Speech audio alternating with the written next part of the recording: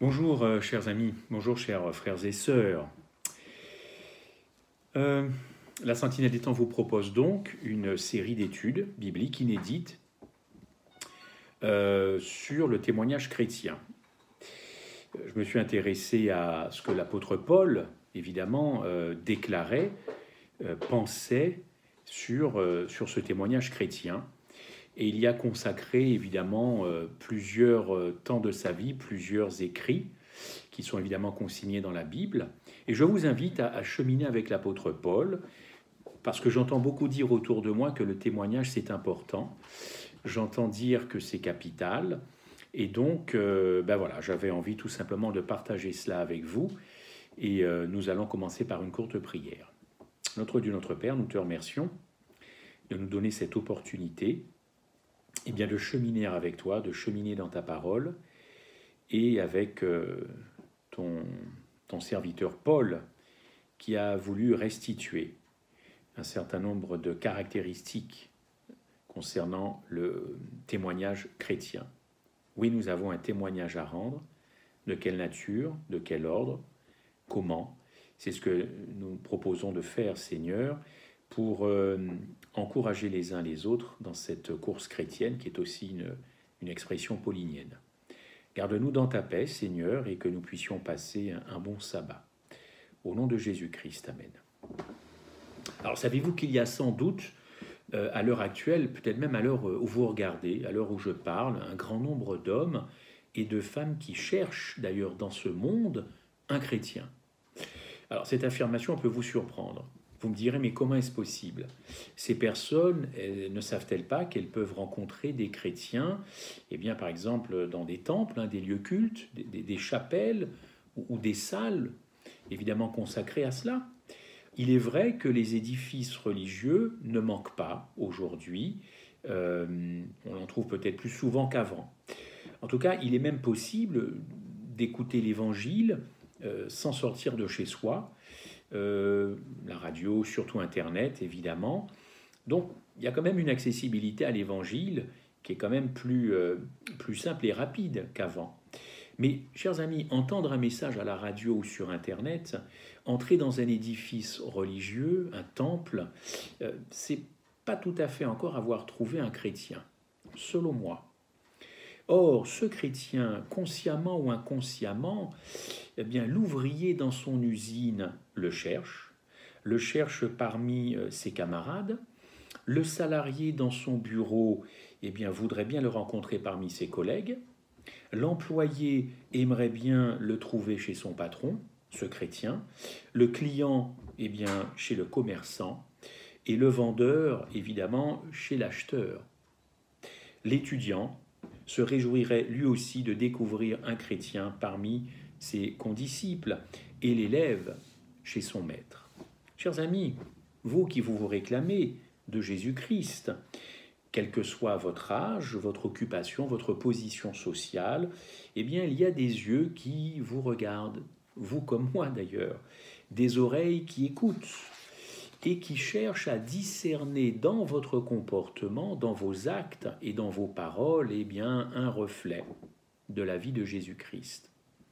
Je vous pose cette question, êtes-vous chrétien? Cette question pourrait vous paraître presque intolérable.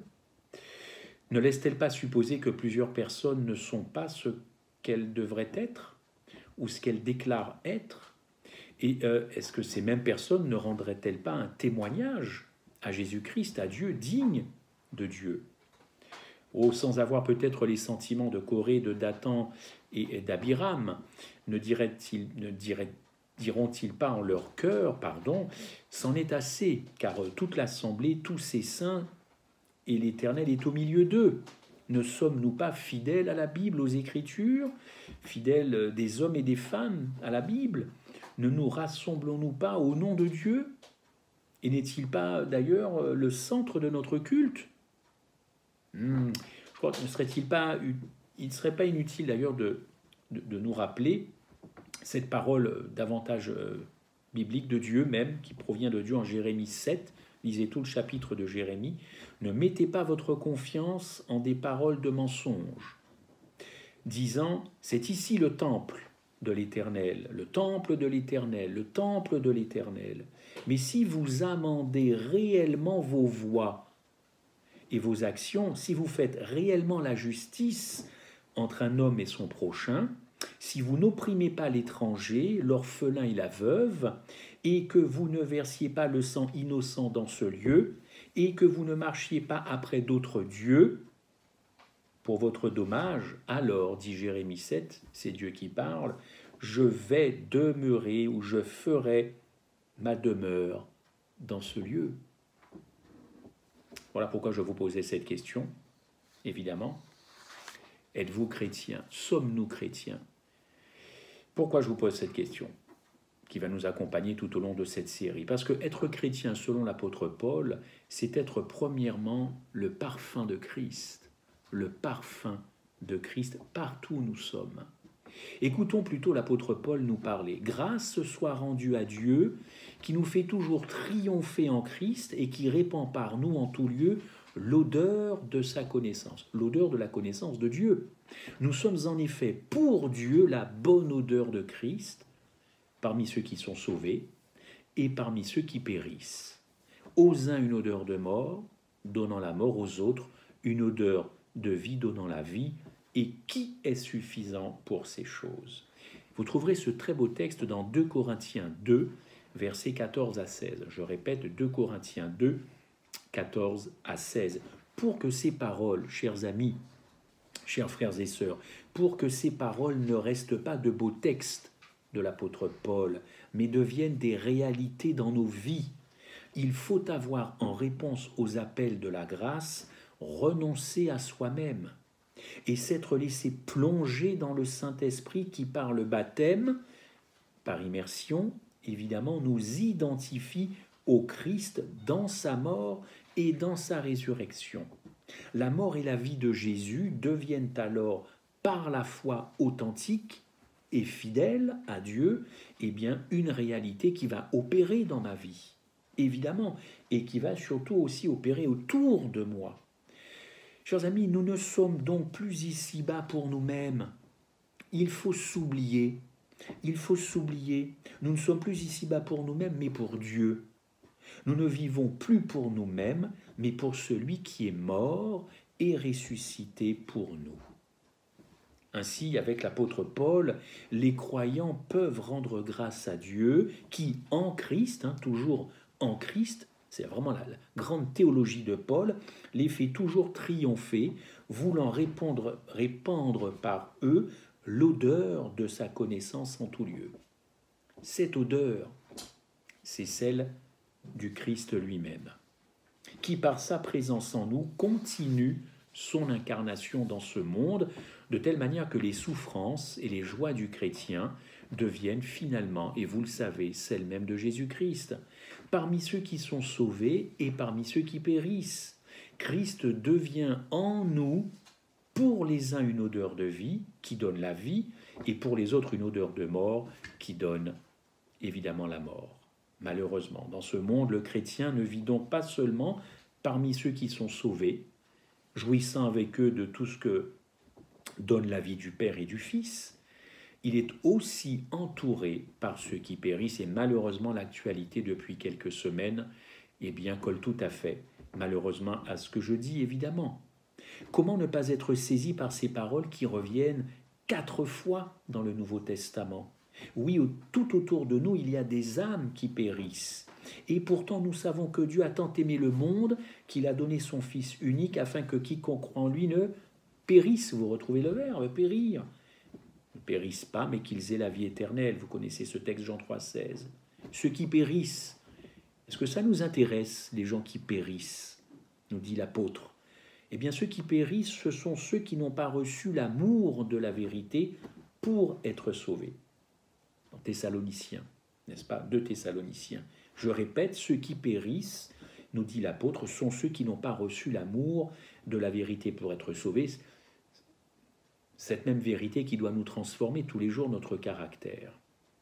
La prédication de la croix, pour ces gens-là, eh bien, c'est une folie, vous le savez. La bonne odeur de Christ, pour eux, c'est une odeur de mort. Incrédules, l'évangile leur est encore voilé parce que le Dieu de ce siècle les a aveuglés, a aveuglé leur intelligence. Cette vérité à aimer, cette vérité à manger, à digérer, cette vérité biblique, cette vérité de la parole, c'est à nous, chrétiens, de la manifester. Cette prédication de la croix, c'est à nous de la faire retentir. Cette bonne odeur de Christ, c'est à nous de la répandre.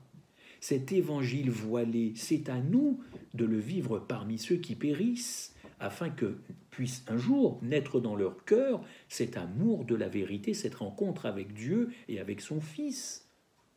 Cette vérité d'ailleurs qu'ils auront reconnue. Comment ceux qui périssent pourraient-ils reconnaître et aimer la vérité s'ils ne voient pas les chrétiens y marcher dans cette vérité?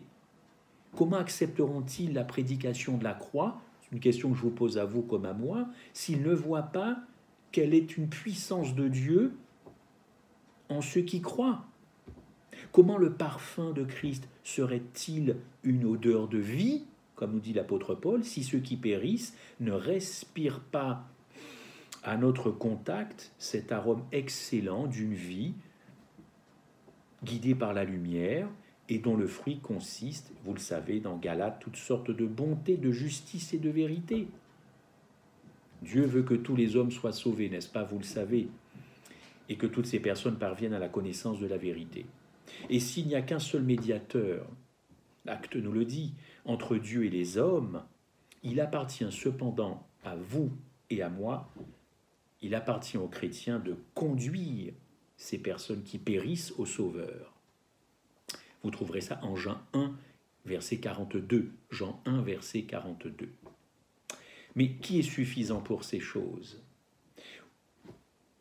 Qui est suffisant pour une telle tâche à accomplir? Chers amis, ma conviction, c'est que Dieu ne nous demande pas d'improviser de nouvelles méthodes pour sauver les âmes, ni de multiplier beaucoup d'efforts pour peut-être, je vais vous choquer, peut-être prêcher à des masses de foule,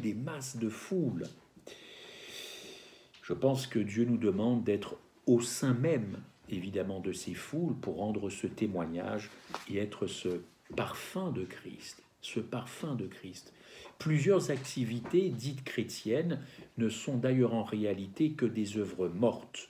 Hébreu le dit, Hébreu 9, verset 14.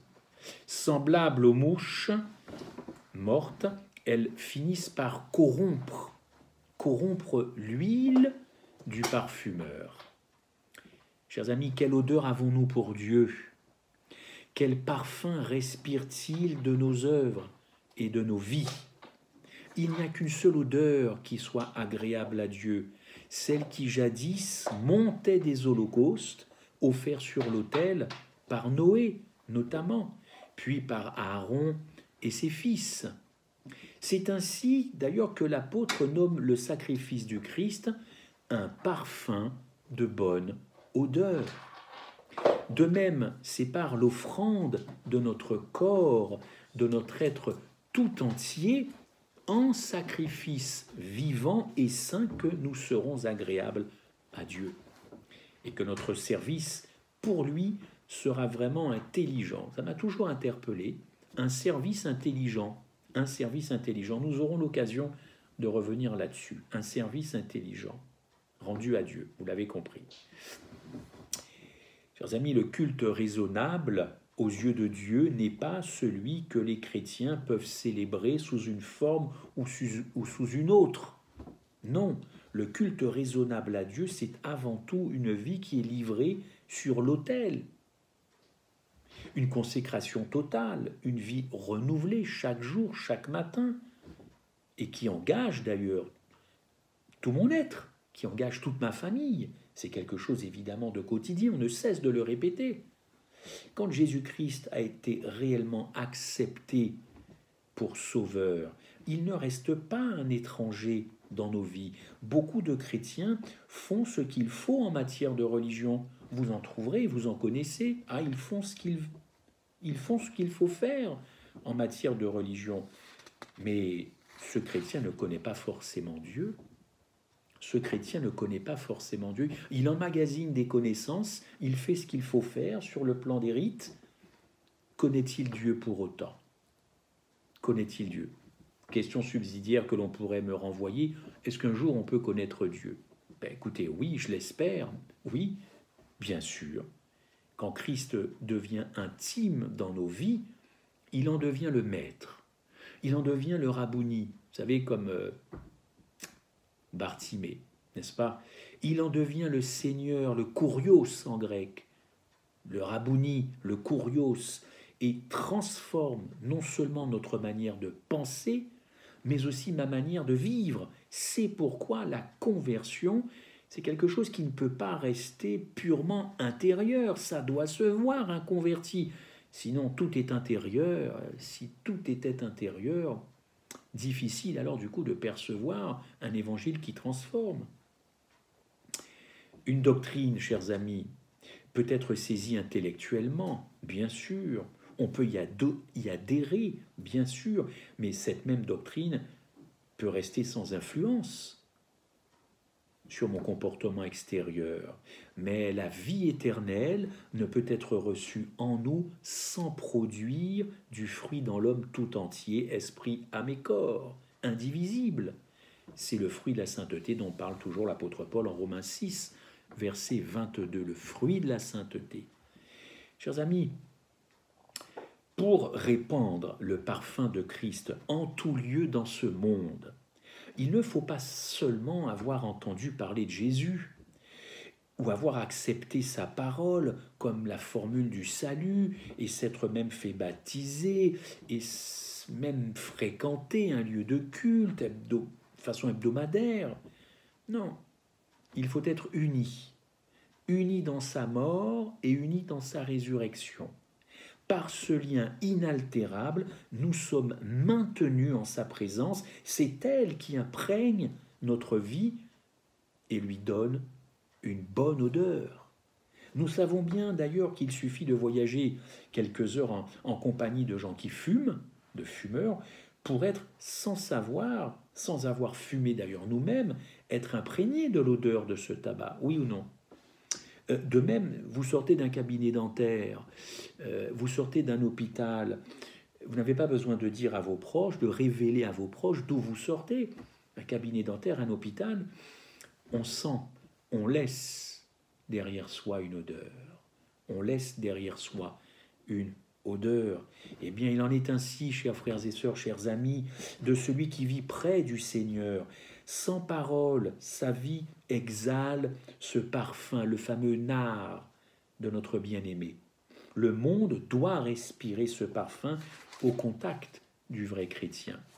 Cette atmosphère du sanctuaire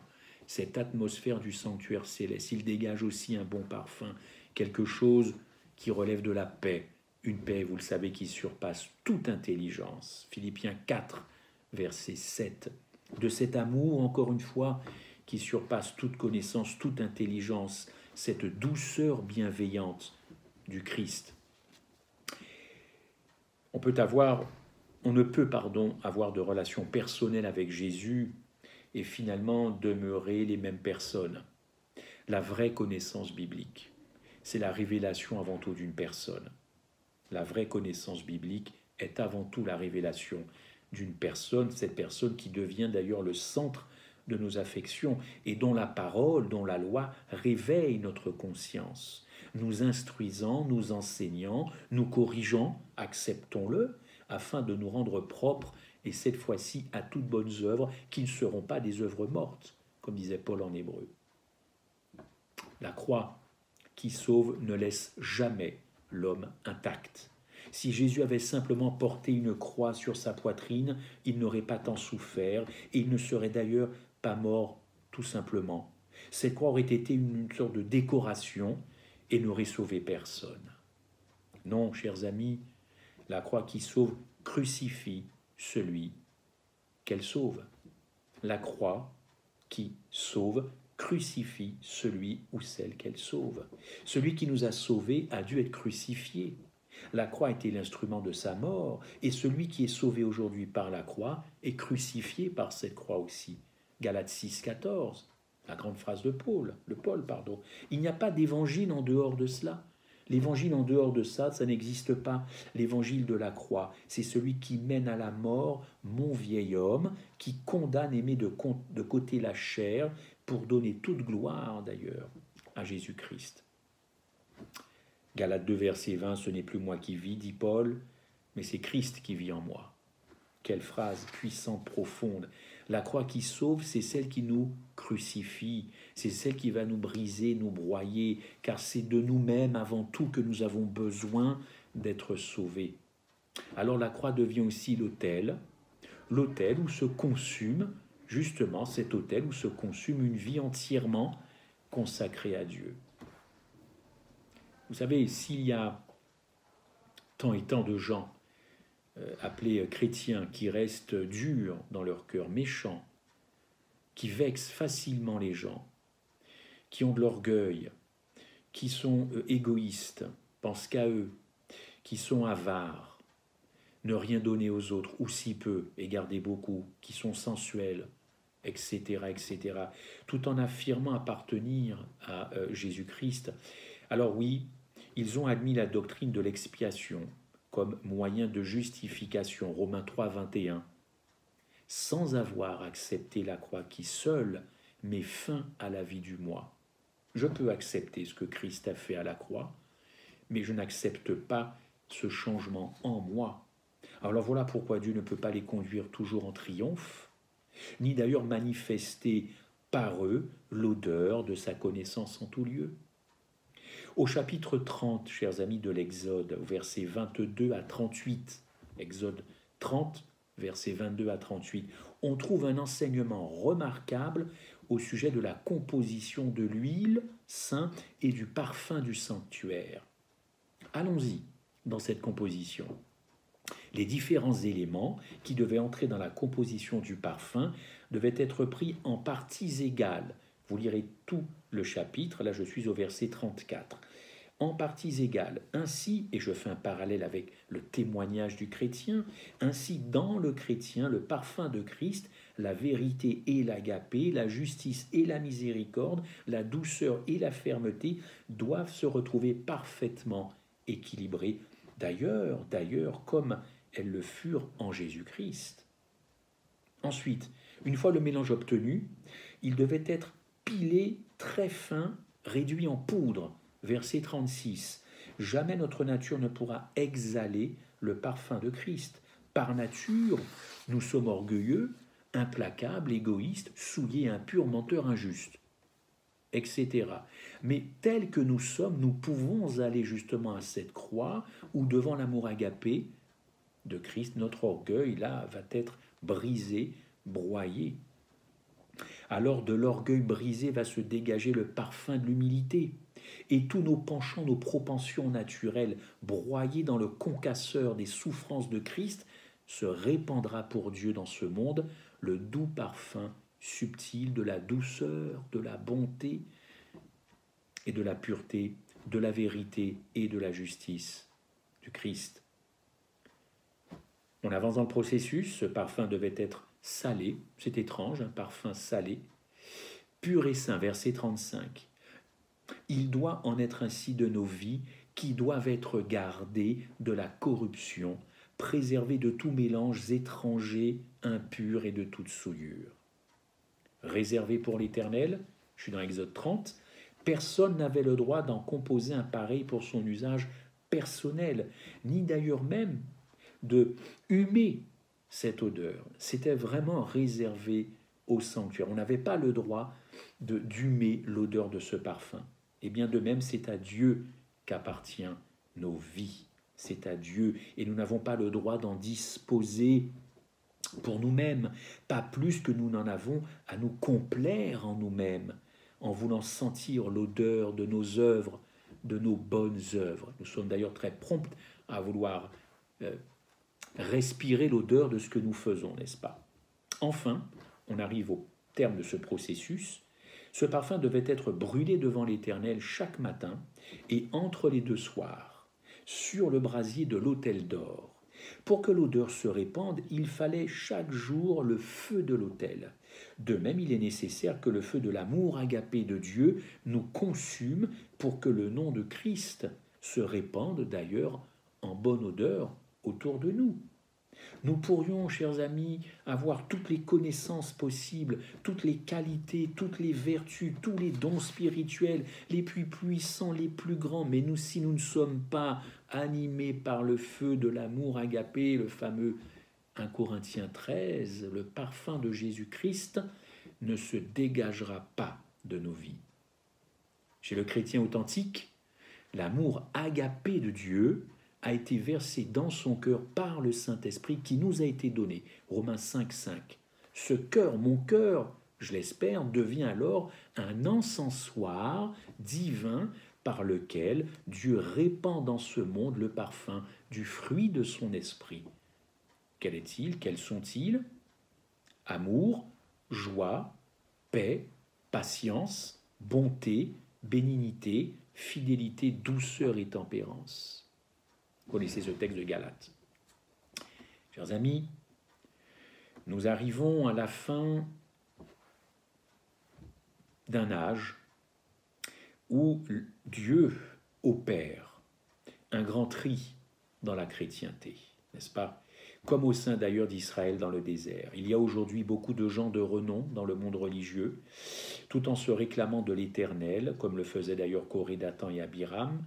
Tous ces gens, tous ces grands noms, mettent en doute l'autorité des Écritures et contestent l'enseignement biblique. Pourtant, ces mêmes personnes, ces mêmes chrétiens, prétendent apporter encore un parfum à l'Éternel, à Dieu, dans leur encensoir, mais un encensoir de péché. Et oui, ils prétendent encore rendre un culte à Dieu, mais tout ça c'est dans l'encensoir du péché. Qui donc est dans la vérité? Comme au jour de Moïse, Dieu connaît ceux qui sont les siens. 2 Timothée 2, verset 19. 2 Timothée 2, verset 19. Ceux qui n'ont d'autre ambition ici-bas que la gloire de Dieu et qui ne veulent répandre autre chose que le parfum de Christ, l'odeur de sa connaissance parmi ceux qui sont sauvés et parmi ceux qui périssent. Oui, chers amis, Dieu s'apprête à manifester les siens par la révélation de ses oracles. Mais depuis longtemps, l'homme n'appelle plus le péché une iniquité. Habitué au mal, il a perdu tout sens moral et va jusqu'à nier le péché. La prédication de la croix peut lui paraître une folie et l'expiation une absurdité, car le sage de ce siècle est juste à ses propres yeux. Aucun argument, et c'est ma conviction profonde, aucun argument, aucune discussion ne saurait convaincre l'incrédule. Seule la vie sainte des chrétiens pourrait convaincre cet incrédule. Et par contraste, lui révéler sa misère, lui faire comprendre la vérité et l'amener à être saisi par cette vérité qui est le Christ. Mais aujourd'hui, les chrétiens vivent tellement comme le monde et ils sont tellement conformes au présent de ce siècle que le Saint-Esprit ne peut plus ou pas ou peu convaincre le monde de péché par la vie sainte des chrétiens. Il faut le reconnaître, par certains côtés, c'est un échec.